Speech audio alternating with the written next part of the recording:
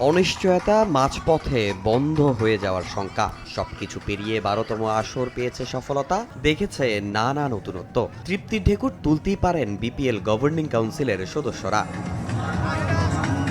বিদেশিদের বদলে এবার মাঠের পারফরমেন্সও ছিল দেশি ক্রিকেটারদের আধিপত্য। প্রথমে দুশ্চিন্তা থাকলেও শেষ দিকে হেসেছে তানজিদ তামিমের উইলো। ফাইনালে বড় পার্থক্য গড়ে দিয়েছে তার সেঞ্চুরি। এমন একটা শতক স্পেশাল বাঁহাতি ওপেনারের কাছে। অবশ্যই সবসময় ভালো লাগে, যেহেতু নিজ বিভাগ আমার বাড়ি বগুড়া, আমার বিভাগ রাজশাহী, তো টিম যা চাইছে আমি দিতে পারছি ফাইনাল ম্যাচে, তো আলহামদুলিল্লাহ। আমার সবসময় চেষ্টা করি যে টিমকে ভালো কিছু কন্ট্রিবিউট করা, তো আজকে সেম প্রসেস ছিল।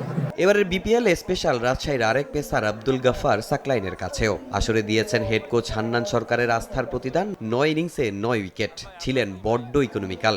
অপেক্ষায় ছিলাম, সুযোগ পাবো, ভালো খেলার চেষ্টা করেছি, তো আল্লাহ পাকের রহমতে ভালো খেলতে পেরেছি। অবশ্যই আমি চেষ্টা করি কোচের প্ল্যান অনুযায়ী আমার কাজ করার। প্রত্যেকটা বোলার চায় যে বেস্ট বোলিং করার, তো আমিও সেই চেষ্টা করেছি, তো আলহামদুলিল্লাহ। ডেন্টিস্টের পরামর্শ নাও নতুন কোলগেট অ্যাক্টিভ সল্ট। এবারের আসরে বড় চমক দিয়েছে চট্টগ্রাম রয়্যালস। দলটার বোলাররাই দেখিয়েছেন দাপট।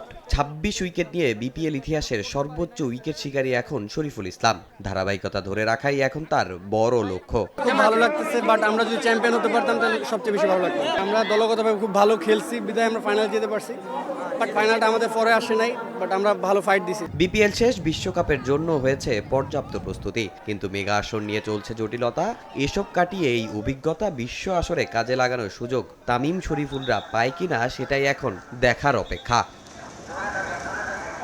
তামিম হোসেন, সময় সংবাদ, ঢাকা।